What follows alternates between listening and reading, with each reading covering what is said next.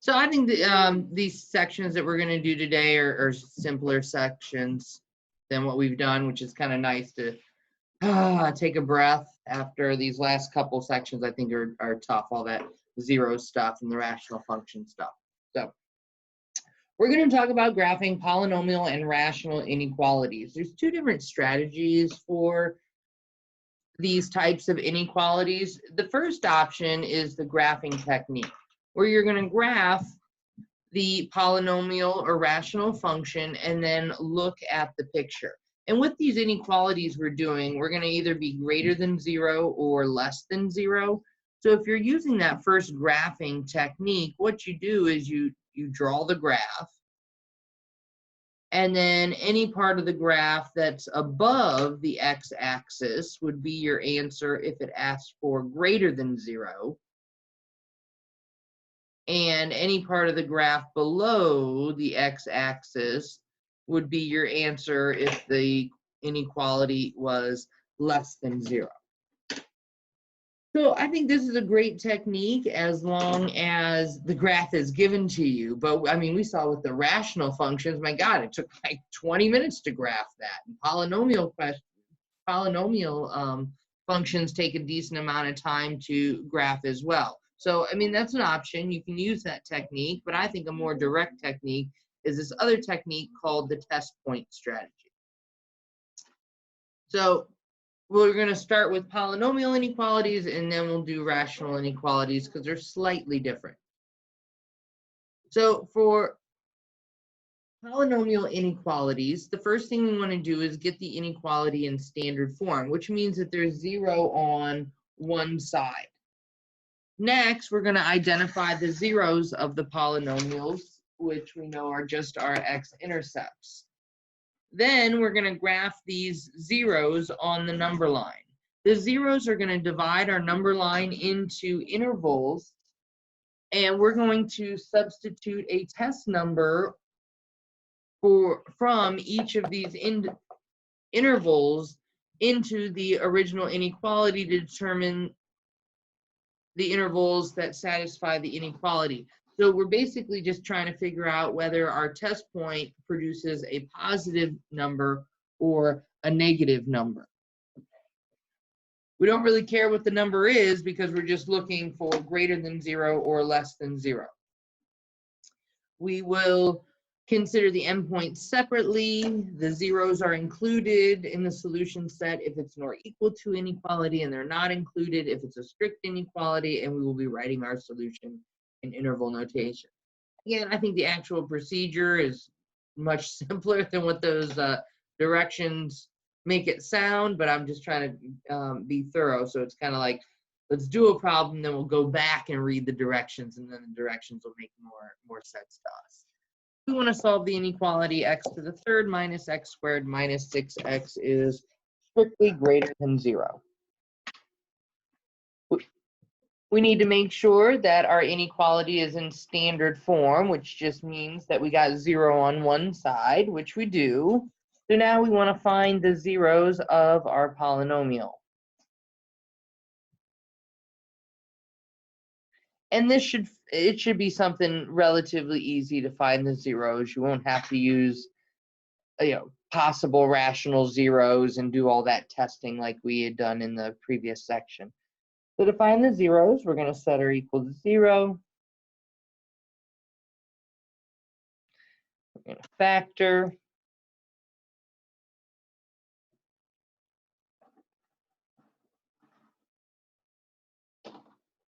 And then we set each factor equal to 0 to get our zeros,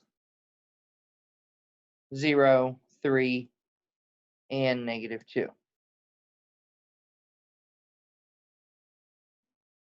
Any questions on getting the zeros? No. Okay, so now we're going to put these on the number line. So here's my number line. I have -2, 0, and 3. So usually I draw it just like this with these little tick marks, but I'm actually going to extend my tick marks.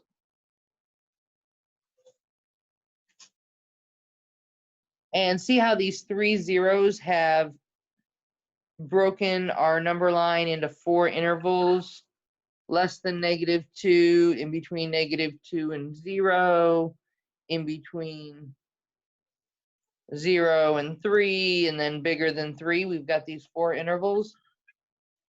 Well, what we want to do is we want to choose a test point from each of these 4 intervals, plug it into our function here, and then determine whether we get a positive or a negative number.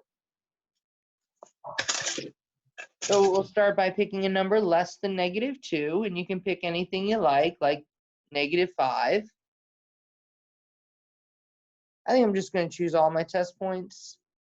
Then something in between -2 and 0, I'll pick -1. Something in between 0 and 3, I'll pick 2. And then something bigger than 3, I guess I'll pick 5 again.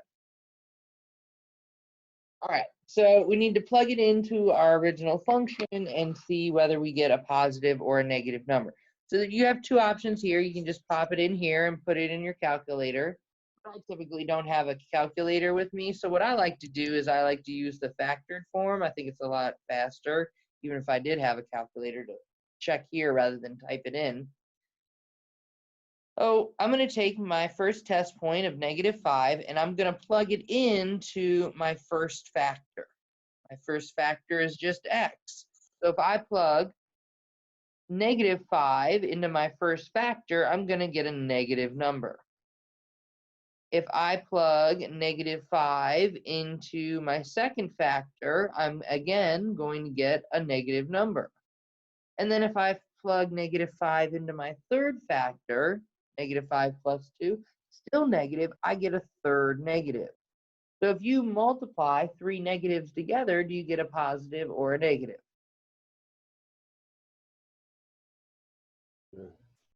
Well, we get a negative. That's just our even odd rule. We're going to get a negative.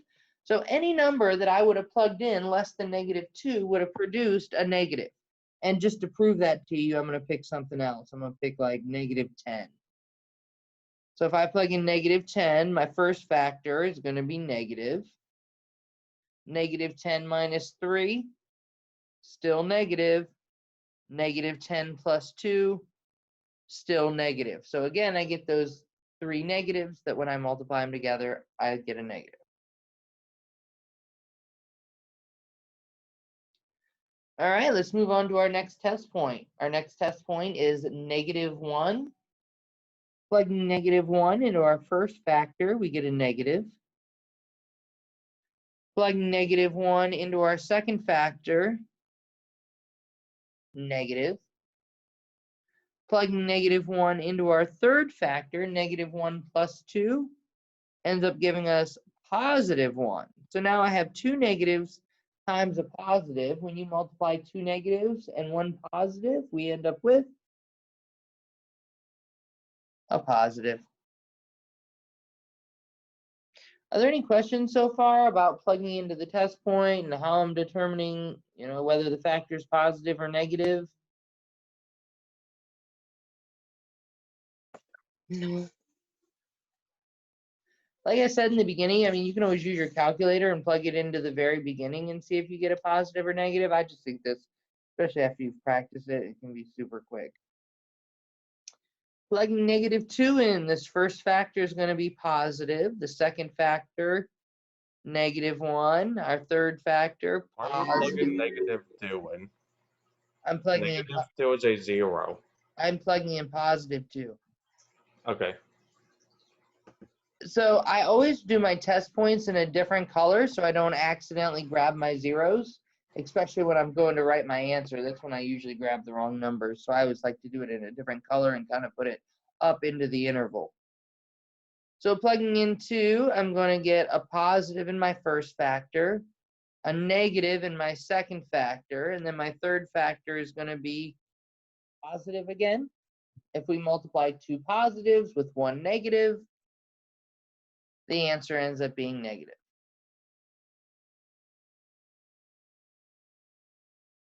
And then last but not least, I'm going to plug in my third test point, which is 5. That makes our first factor positive, Our second factor, positive, and then our third factor, also positive. Multiplying 3 positives together, we end up with a positive.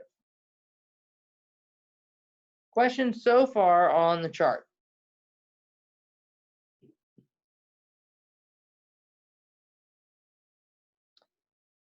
Referring back to our inequality, because now we need to determine whether we want the intervals that have the plus or the minus, you're going to look at your inequality. We want to be greater than 0. So greater than 0 means positive. Our answer are these two intervals. And since we have a strict inequality, we need to be sure not to include our endpoints. We get a solution of -2 to 0, 3 to infinity. And again, I'm using the parentheses because we have that strict inequality.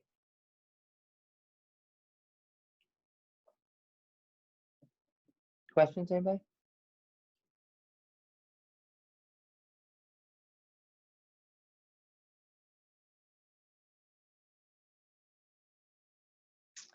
All right, let's try another one.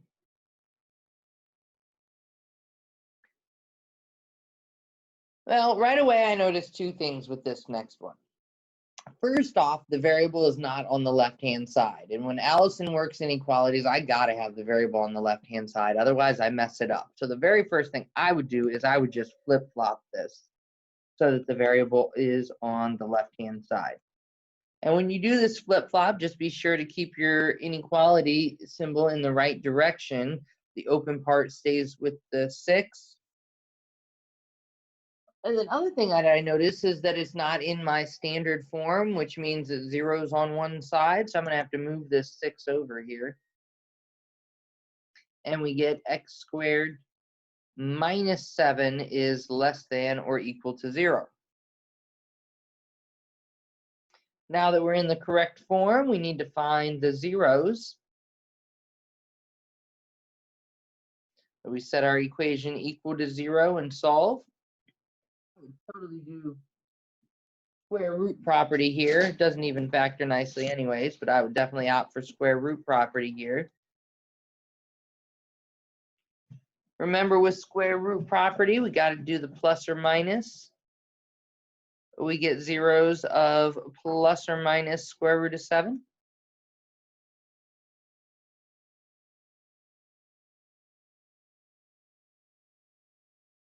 And those are the numbers we're going to use to break up our number line with.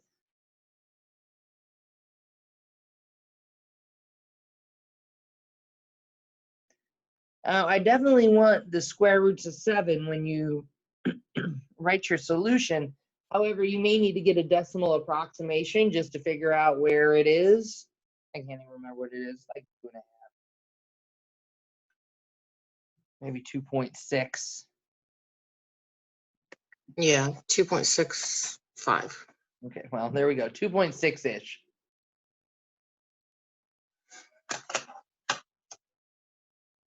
So I'm going to choose my test points, something less than negative 2.6-ish. So I'm just going to be safe. I'm going to pick negative 10. All right, so negative 10, I need something in between negative square root of 7 and square root of 7. 0 sounds good. I always choose 0 when I can. And then lastly, something larger than the square root of 7.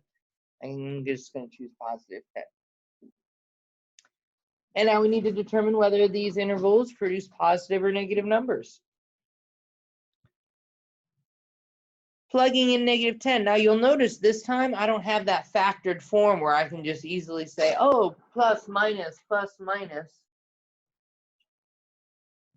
So I have no choice but to plug it into, my equation either here. I definitely don't want to go back to the original. This would be like my new original. I wouldn't go back to that very first thing. All right, so plugging in, negative 10 squared is 100 minus 7 is a positive number. Remember, we don't actually care what the number is. We just want to know if it's positive or negative. If I plug 0 in, 0 squared is 0 minus 7, negative number. And then something larger than square root of 7, we chose 10. 10 squared is 100, minus 7 is positive. Questions at all on making the sign chart?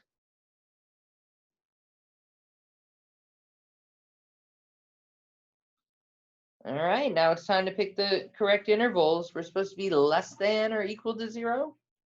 So that means negative. Our answer is going to be this interval right here. Since our inequality symbol is or equal to, that means that we're going to include our endpoints and use square brackets. So our solution, bracket, negative square root of 7 to square root of 7.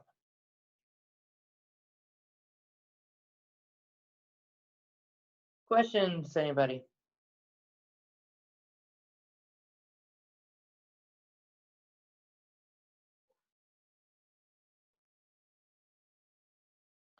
Let's try an application problem.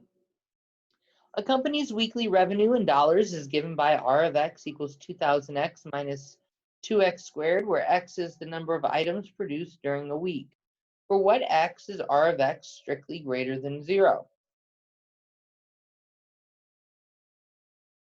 Oh, we're just taking R of X, 2000X minus 2X squared, and setting it greater than or equal to 0. We're in our standard form, so we're ready to find the zeros.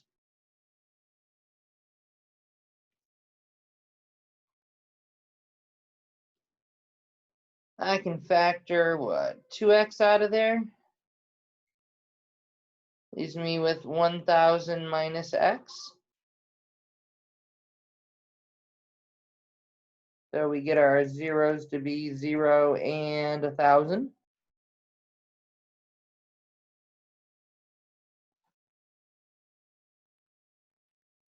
Draw my number line here.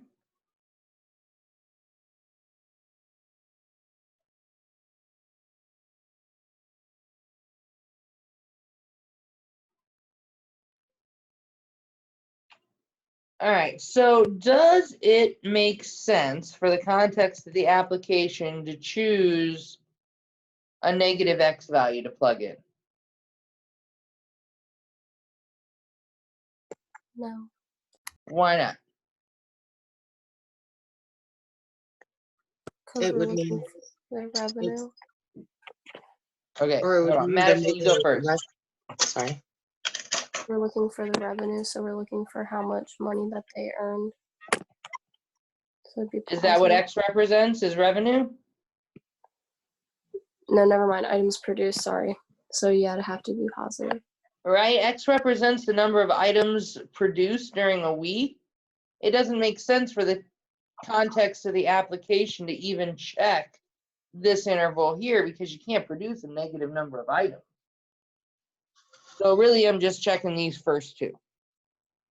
All right, so I need a test point in between 0 and 1000. I'm going to choose 10, and then I'm going to choose something bigger than 1000, like 2000. Again, it doesn't matter which number you choose, whatever you think is going to be easy for you. So plugging in 10, since I have a factored form, I'm going to do that whole is it positive or negative thing that I prefer to do that. So plugging in 10, 2 times 10, that's going to be positive. 1000 minus 10, also positive. So a positive times a positive. I know that interval is positive. And then choosing something larger than 1000, like 2000, plugging in 2000 to this first factor, that's going to be positive. But then 1000 minus 2000, well, that's going to be negative. A positive times a negative makes this negative. Now that we have our chart, we're ready to choose the intervals we want. We're looking to be greater than or equal to 0, so that means I'm looking for the positive. Also notice that our inequality is a strict inequality, so that means that we are not going to include the endpoints of 0 or 1000. The solution to our application, 0 to I 1,000. think there's an error in your writing. You wrote greater than or equal to 0. Oh, did I? Thank you. Oh, there we go.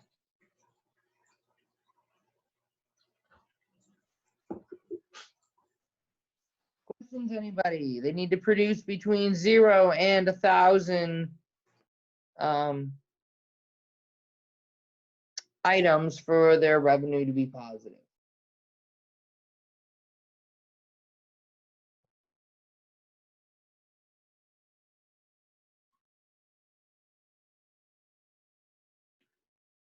All right, if there's no questions, we'll move on to our rational inequalities. Of course, rationals are always harder. There's just because we're always concerned about that denominator being equal to 0. But really, the overarching principle is exactly the same. There's just, a couple little subtle things. So the first thing we need to do is make sure that we are in the right form. And the right form for the rational inequality is a single rational expression on one side and 0 on the other side. So if sometimes, I don't do this so much, but it might pop up, I don't know, in MyMathLab or something like that. You might have an inequality that looks like this. Well, the first thing you need to do is make sure that you subtract these two rational expressions, or you might even have one that looks like this, in which case you'd have to move the 3 over and then subtract those two and then do the rest of it. So just heads up on that. All right, next we want to identify the zeros of the numerator and the denominator. So here I didn't use the word 0 because technically it's not a 0, because just by what definition of 0 is, that's not true. But what I think of in my brain when I'm doing this is I find the zeros of the numerator and zeros of the denominator. So then I'm going to break up my number line with those zeros just like I did before. And then I'm going to choose test points in each interval just like I did before. And then I'm going to test those test points just like I did before. See, it's not until the very end that things become different. Right? We look to our inequality symbol to determine whether we're including the endpoints or not, right? Strict inequality, not including or equal to including.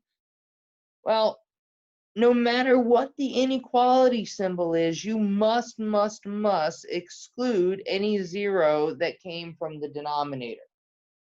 See, that whole rule about can't have a 0 in the denominator, that rule in math trumps an inequality symbol. So be careful. And then we will write our solution in interval notation just like before. All right, let's give it a try. We want to solve x minus 3 over x squared plus 10x plus 25, strictly less than 0. Well, I got it in the form I need, which is 1 fraction on one side and 0 on the other side. And now we're ready to find the numerator zeros.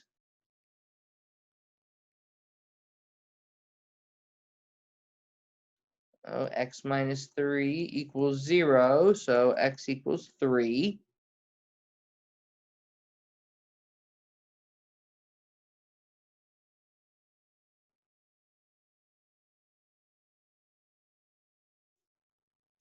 Then we need to find the denominator zeros. So we'll set our denominator equal to 0 and solve. Factor's nice. So we get just -5. We get it twice, but there I don't need to write it twice. Questions at all on finding the zeros?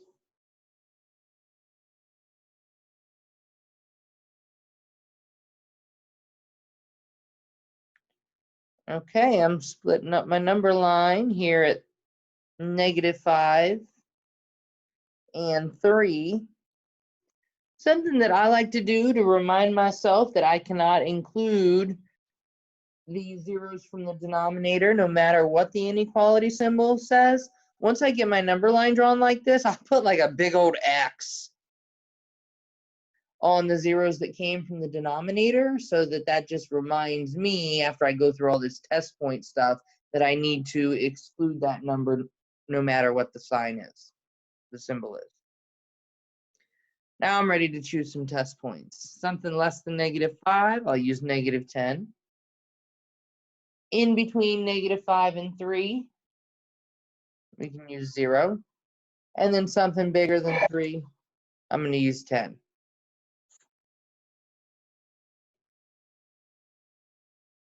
All right, well, so now I got to plug this in. I want to go for a full factored form of my original. All right, this is x minus 3 on top, and then x plus 5 times x plus 5 on the bottom. And then this way I'm sorry, excuse me one second.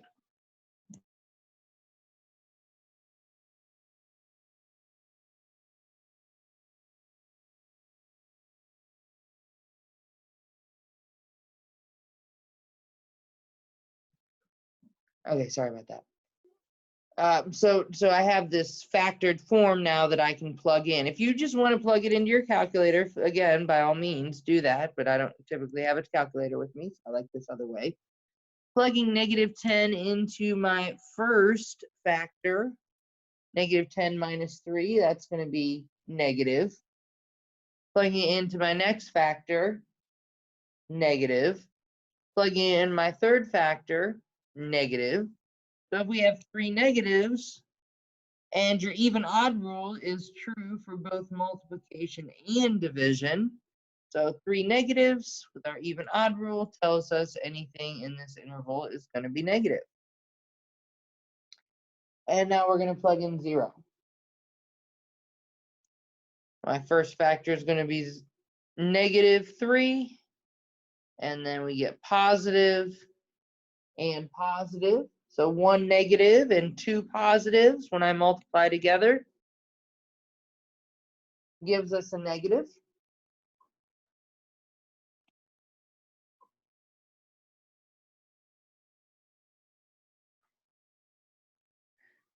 And then last but not least, we're plugging in 10 into my first factor. It's going to be positive, positive again, and positive again. 3 positives, when I multiply and divide them, end up with being a positive. So I always like to do this example because frequently students say, oh, all I got to do is get the first sign, and then they just alternate between plus and minus, which was true in these previous examples up here, but that's not always the case. So that's why I make sure to do this example, so you can't just bank on that. All right, turning my attention to my inequality symbol, I'll know which intervals to select. Less than 0, so that means I'm looking for the ones that are negative. That's this one and this one. And we need to write the intervals that represent strictly less than 0. Does anybody want to give it a shot? Negative infinity to -5. Union -5 to 3. And what are we using at 3? A parenthesis. A parenthesis. So why'd you skip -5? Because what's the word for it? Oh yeah, because that's a 0 in the denominator, which would result in an undefined fraction. All right, so there's 2 different reasons. The first one reason is just what Anthony said, because that's a 0 from the denominator and we have to exclude it no matter what. But even if that 0 was from the numerator, we'd be excluding it because of our inequality symbol. Sometimes people miss that when we have back-to-back intervals that are selected, if your inequality symbol is a strict inequality, you still have to exclude that zero, that kind of adjacent zero there. But, okay, great. Questions?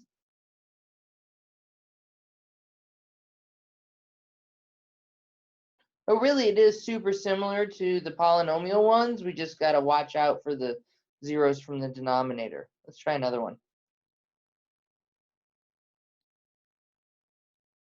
Well, here we have the form we like. We have a single fraction on one side and 0 on the other side. I think I'm going to just factor everything from the beginning this time. So factoring our numerator.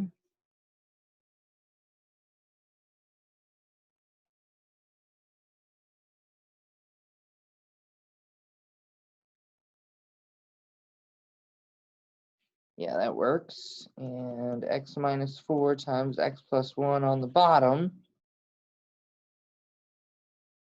And now we want to identify all of our zeros. So we have our zeros from the numerator.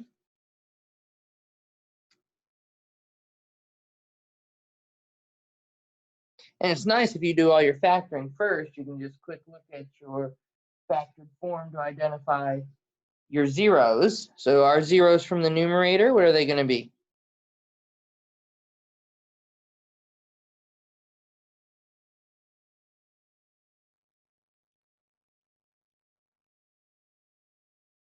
Three over 2 and 2.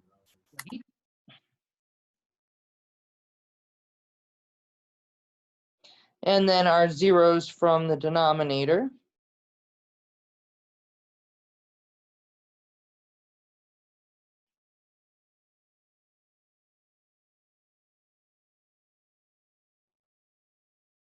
For -1. We're going to get these 4 zeros on our number line.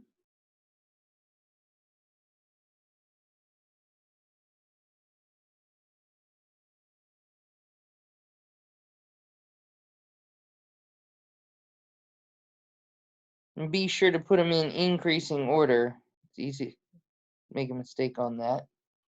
And then I'm also going to put the big red X's on any zeros that came from the denominator to remind myself I can't use those no matter what.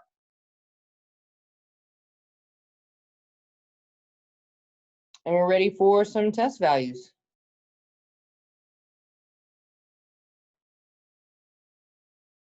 So I'm going to have you guys do a little bit more of this one. What do you want to choose in our first interval? -10. -10, great. In our next interval, we need something between -1 and 3/2. 0. Something between 3/2 and 2. 1. Yeah, it's going to stink. We need like a fraction or something because we're going from 1.5 to 2. Oh, 3/2. So I might pick like 1.75. And then something between 2 and 4. 3. And then something bigger than 4. 10. Okay. All right, I'm going to pause the video and I want you guys to go through and determine whether they're positive or negative, and we'll, compare here in a couple minutes. Okay.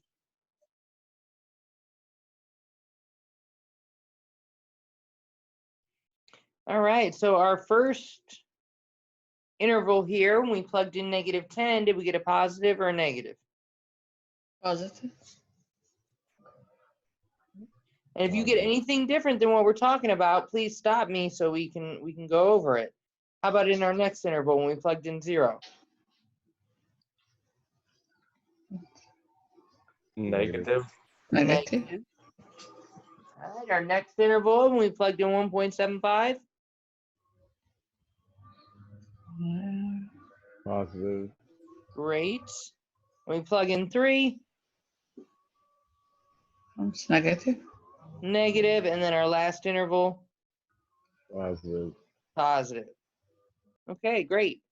So our inequality symbol, when we look at it, says we want to be greater than or equal to 0. Since we're greater than 0, that means we want the positive intervals. So I'm looking for this one and this one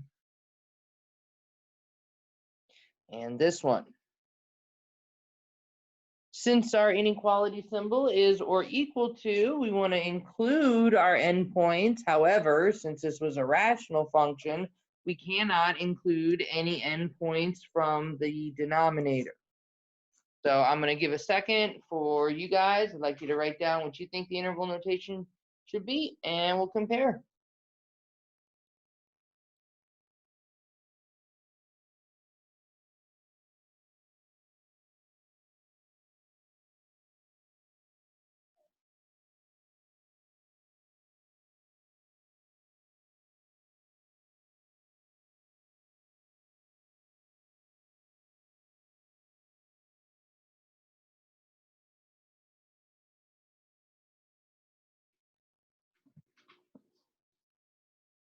All right, anybody got an interval notation they want to share with us?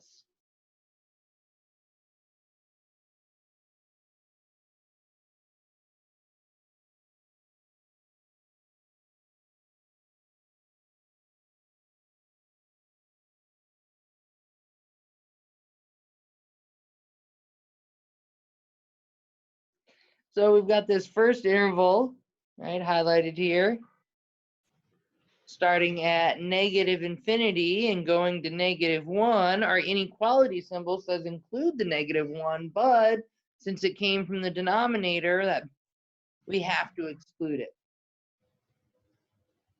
And now we've got the piece in the middle. And notice that both of those zeros came from the numerator, so we can include those zeros in our answer. And then our third interval, 4 and Exclude. beyond, 4 came from the denominator, so we cannot include that in our answer, 4 to positive infinity. And there we go. That is our solution in interval notation. Questions, anybody?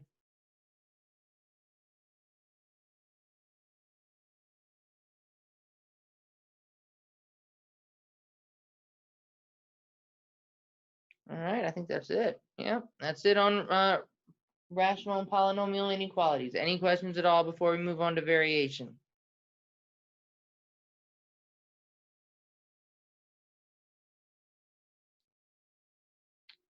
Okay. Variation, I think, is another, more simple topic in this course.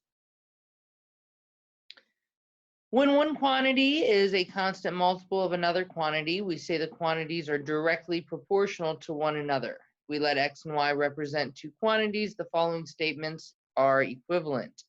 Y varies directly with x, y is directly proportional to x, and y equals k times x, where x is a non-zero constant.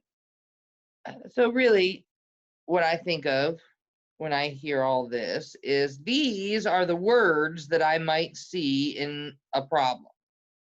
They might tell me that y varies directly with x, or that y is directly proportional. Varies directly, directly proportional means exactly the same thing. From these words, this is the equation I want to write.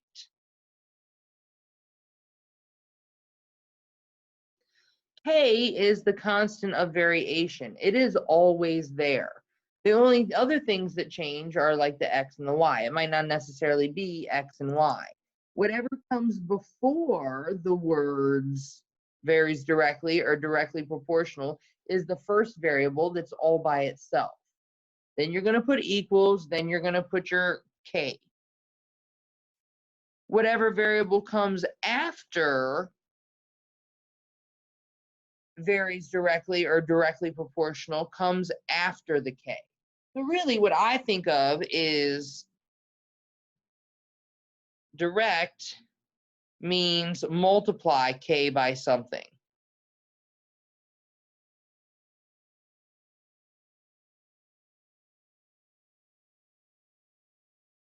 And we could have this direct variation with powers as well.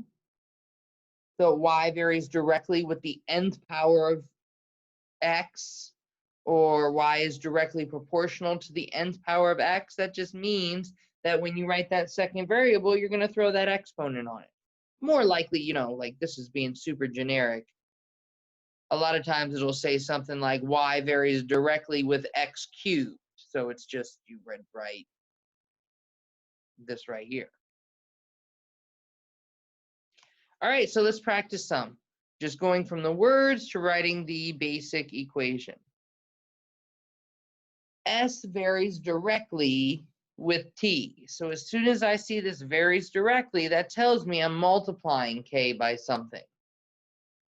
The variable that comes before my varies directly is the variable that's all by itself. Now I need to multiply k by something. And what I'm multiplying k by is the second variable, which in this example is t. So that's it. S equals k times t. That's our equation. Why don't you guys try the next one?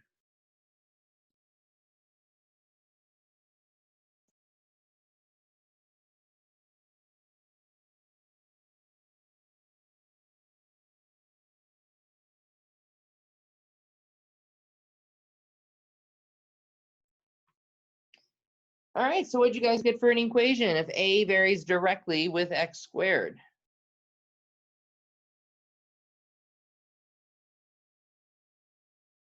A equals kx squared.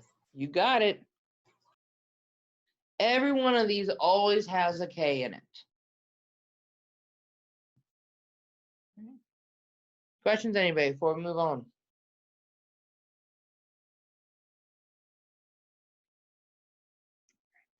The other main type of variation is called inverse variation. So here again, we let x and y represent two quantities. The following are equivalent statements. Y varies inversely with x, y is inversely proportional to x, and y equals k divided by x, where k is a non-zero constant. So just like with direct variation, these first two are the words that we might see in the problem, and then this here is the equation that we are going to write as a result. Just like before, whatever comes before the varies inversely or inversely proportional is our first variable, and anything that comes after it, well, that's the second variable. And what I think when I hear inverse variation, inverse means that I'm going to divide k by something. And that something is whatever the second variable is. Similarly to the direct variation, we can do this inverse variation with powers as well. Okay, let's write some equations. L varies inversely with m. So I see varies inversely, so that tells me I'm going to be dividing k by something. My first variable is first, so it's all by itself, and then it's going to be equal to k being divided by something, and what k is being divided by is, well, that second variable, m.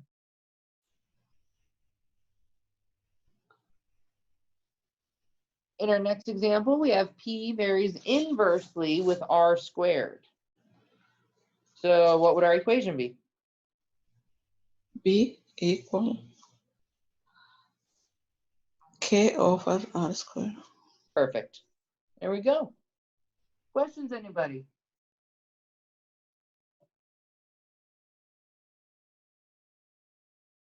All right, so there's two more types of variation.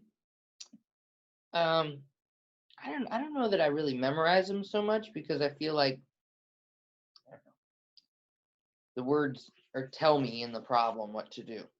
So first up is joint variation.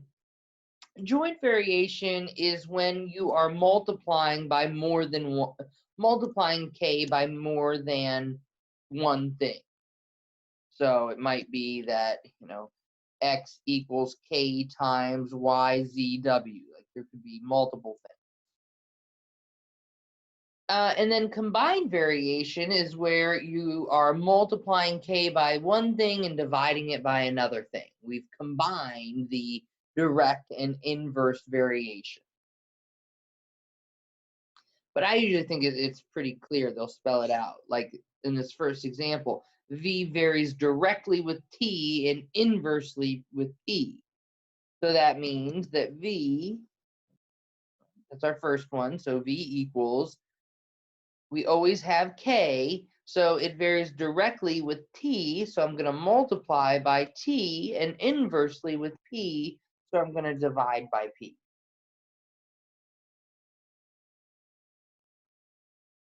And the next example, s varies jointly with t and d, so joint variation.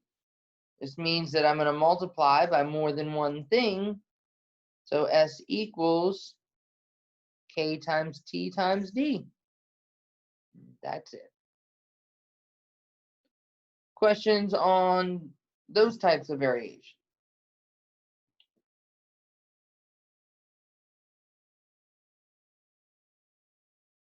Okay, so we are going to build. It isn't quite that basic, but what we've done so far is always going to be our step number one. So it's really our most important step, is to get our generic equation set up. What we're going to do in the next set of examples is we're going to write an equation that describes the variation, but it's going to be more specific. We're going to use the first sentence to write the general equation, which is what we've done thus far. Then we're going to use the second sentence and all these numbers that they're giving us to find the k value. So basically, we're just plugging these numbers into the equation we wrote up and solve for k. Then lastly, you are going to rewrite the equation from step one, the general equation, but we're just going to include whatever number we figured out k was supposed to be in the equation. So it's a specific equation instead of the super general equation. We're going to start with the first sentence because that's going to give us our general equation. A is directly proportional to both B and H. So what should our general equation be?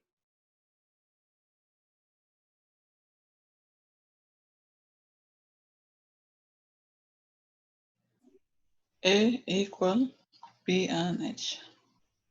Correct. We are going to be multiplying B and H, but don't forget your K. Yeah, sorry, K. Right? So A equals KBH. Now we're going to take the numbers that they gave us in the second sentence and we are going to plug it in and solve for K.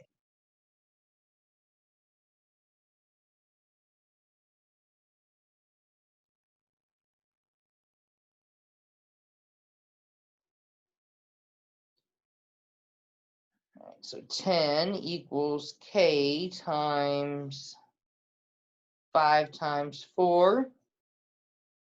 So that's 10 equals 20K.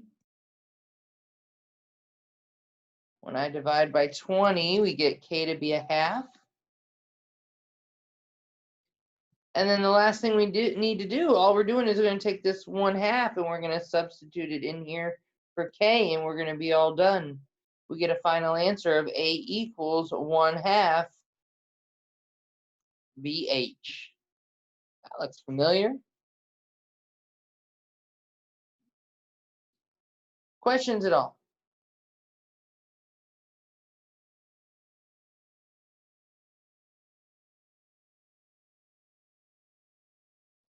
All right. We got another one. Here, W varies directly with the square root of G and inversely with the square of T. We need to start by writing our general equation. W varies directly with the square root of G and inversely with the square of T. So what's that going to look like?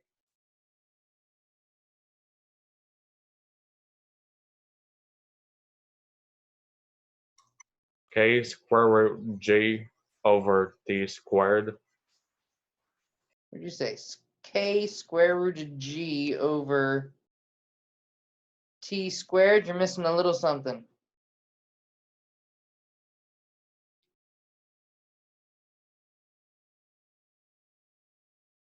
W equals There that. we go.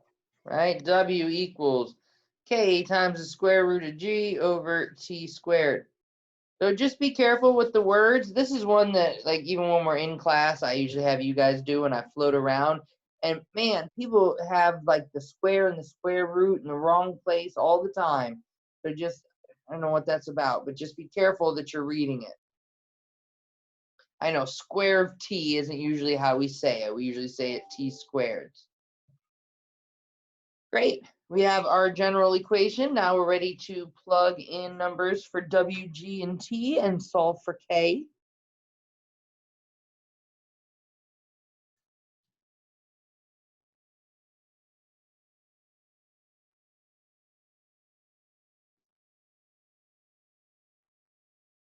So 20 equals 4K divided by a half.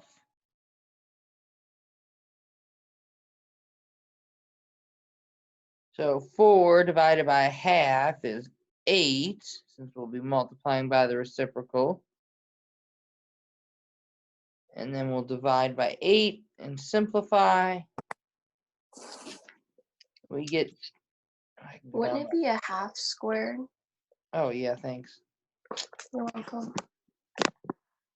All right, so that's 0.25, which makes this 16K.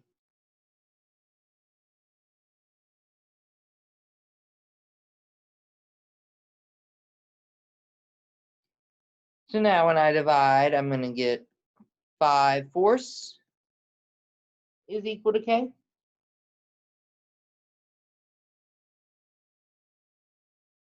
I don't follow what you did.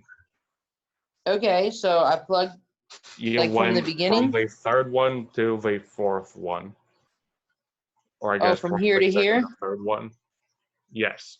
Okay, so I mean, you could just pop that in your calculator, but what I did was 4 divided by 1/4. That's the same as 4 times the reciprocal of the second one, and that gave me the 16. Okay. Anybody else?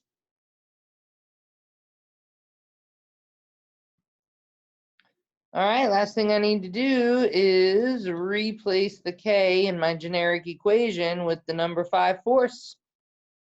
And that'll be our answer. W equals 5/4 square root of G all over T squared. Or, I mean, a nicer version of this, simplifying the complex fraction, would be 5 square root of G over 4T squared, but I'll take either.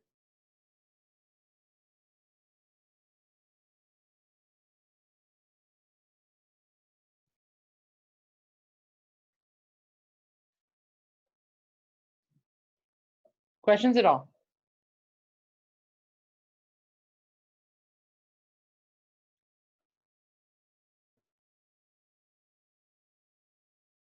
All right, so we're going to step it up one more notch. And this is the type of problem that you're going to see on your exam. I'm just adding a step number 4. So we're going to start by writing our generic equation, usually using sentence number 1. Then we're going to use the second sentence to find K, the one that has all the numbers in it, just like we did. We're going to rewrite the equation from step 1, including the found value for K. So all that's the same.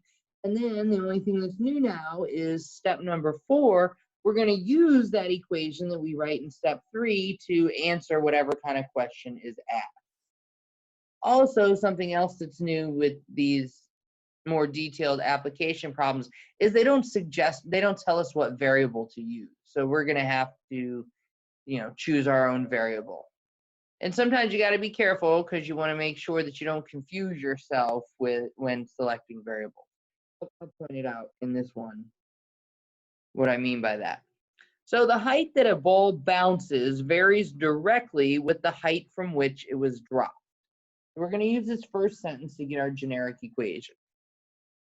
But there's lots of extra words that we don't need. We want to kind of strip it down to the basic, and then just use that. So the height that a ball bounces varies directly from the height from which it was dropped. So notice how they use the word height twice. I definitely would not want to use height in my process here or for a variable, because it uses it for the height that it's bouncing and the height from which it was dropped. So I'm going to kind of avoid that word. If I were to strip this down to the bare bones, I would say bounces varies directly with dropped. The height of bounces varies directly from the height from which it was dropped.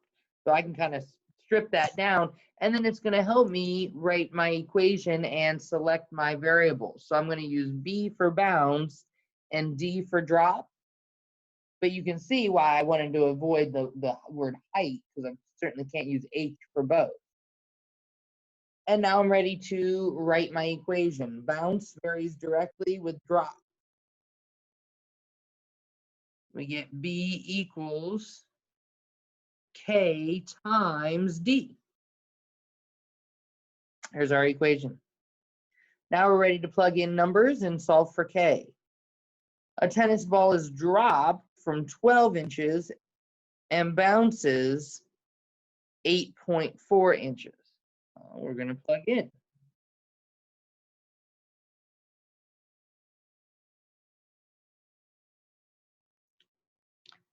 $8.4 in for bounce, 12 in for drop.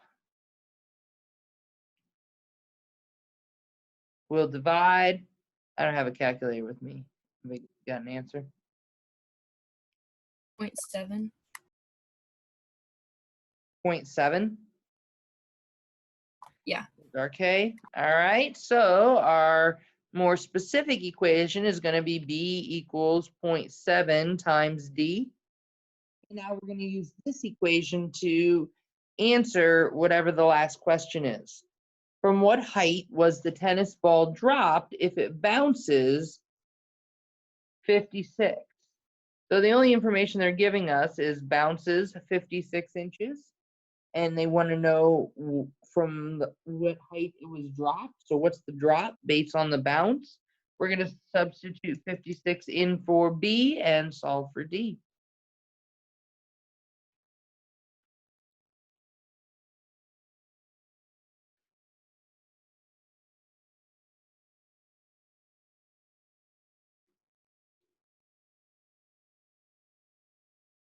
What's that, 80 maybe? And our unit is inches. Somebody can feel free to double check that 80 with the calculator. It's 80. All right, that's it. Questions at all?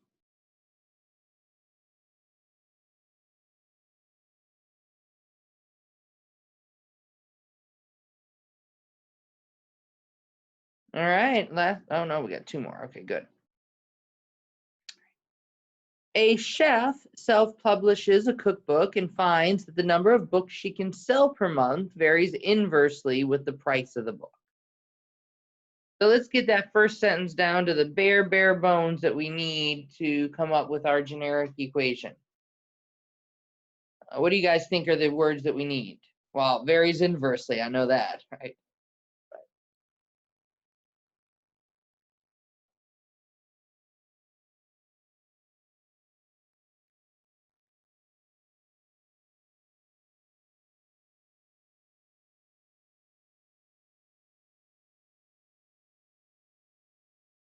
Any ideas on what we should use? So the chef, whatever, writes a book. Those are just fluff words, right?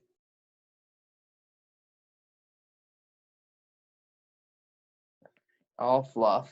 So now we get to the number of books she can Books sell per varies month. inversely with price.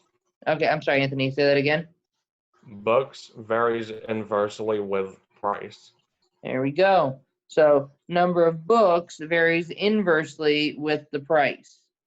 And in fact, you know, since they use book twice, price of book and number of books, I kind of don't even want to use books.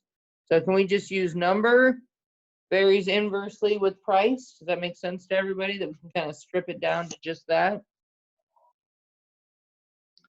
Okay, so let's write our equation. What's our equation going to look like? Number varies inversely with price.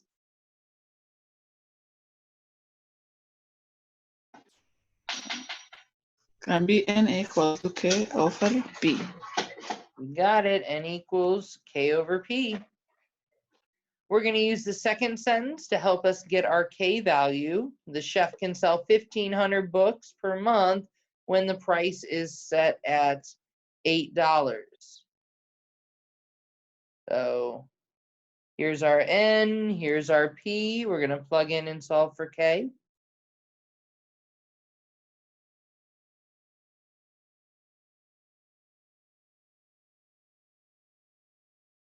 I think that's like 12,000 there.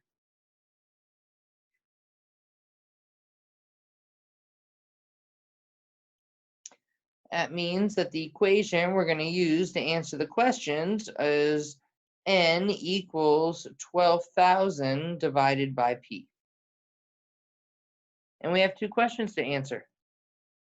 Let's look at part A. How many books would she expect to sell per month if the price were $12? So all we're doing is plugging 12 in for P and solving for N.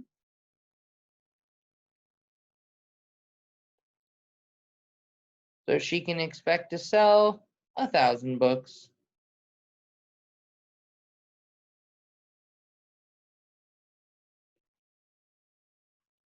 In part B, it says, if the chef sells 1,200 books, what was the price? Well, this time they gave us the N and we're solving for P.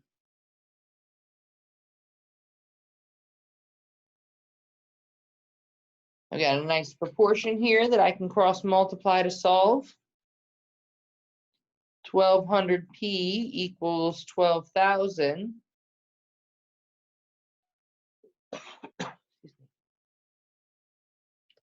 Dividing by 1,200.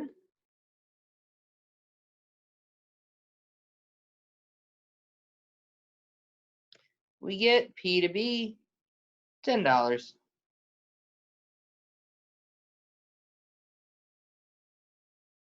Questions, anybody?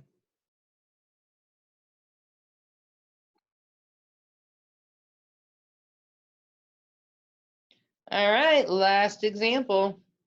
Why don't you guys try this? Again, I'll pause the video and you guys give it a try and we'll come back in a couple minutes.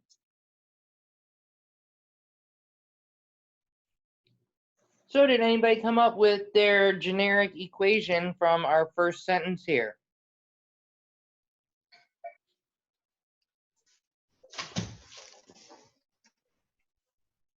I get it. Oh, sorry. Good. Go ahead, Loren. Oh, I don't know if it's right, but if I equals 150 of S. I equals, oh, you already gave me like the answer. I just want the generic. So I Oh. equals K, right, divided by, what's on the bottom? Yes. The square of the distance. I'll use S as my number. So we got D squared, or whatever variable you chose to use.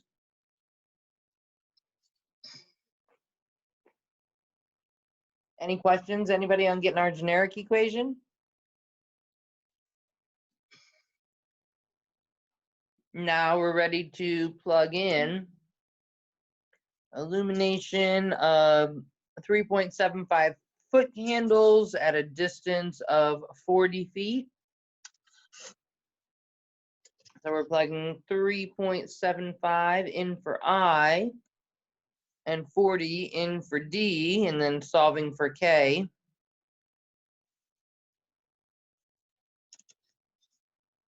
Not sure what that is.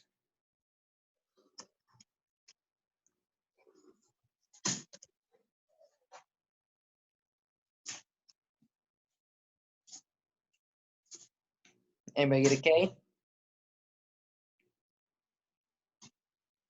Yes, 6,000. Even. Yes. All right, so I equals And also 6,000. 40 squared is 1,600. Oh yeah, thanks, sir.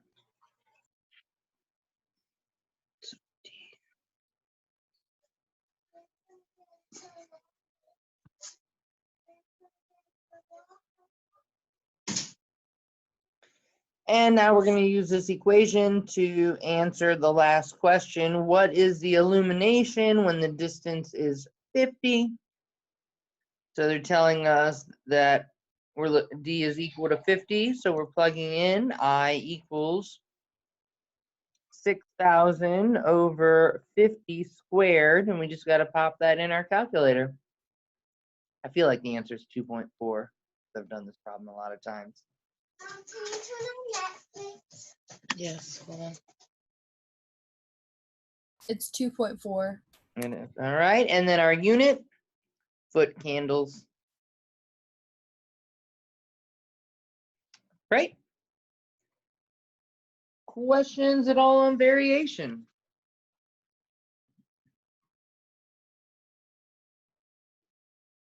So, like I said, you're definitely going to see ones like this on the exam next week because, you know, it kind of puts it all together.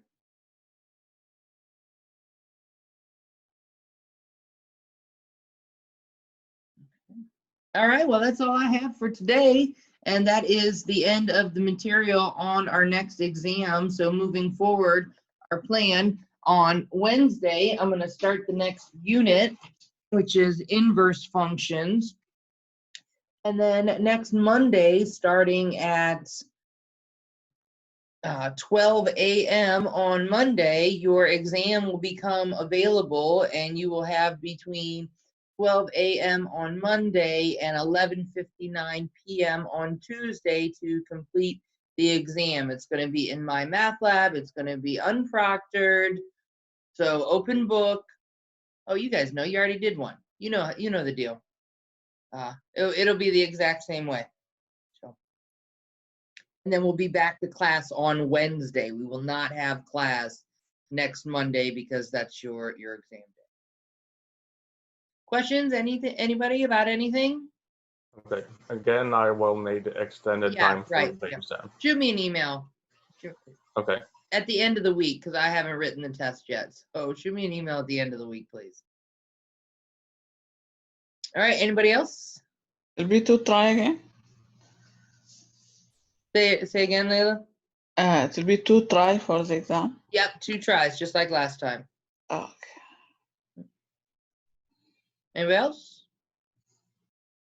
Are you staying after today for office I hours? sure am. I know Heather's ready for me with questions. So. All right. I'm going to stop my recording though. And anybody wants to say for office hours, great. Otherwise, I will see you on Wednesday. Thank you. Bye. Thank you.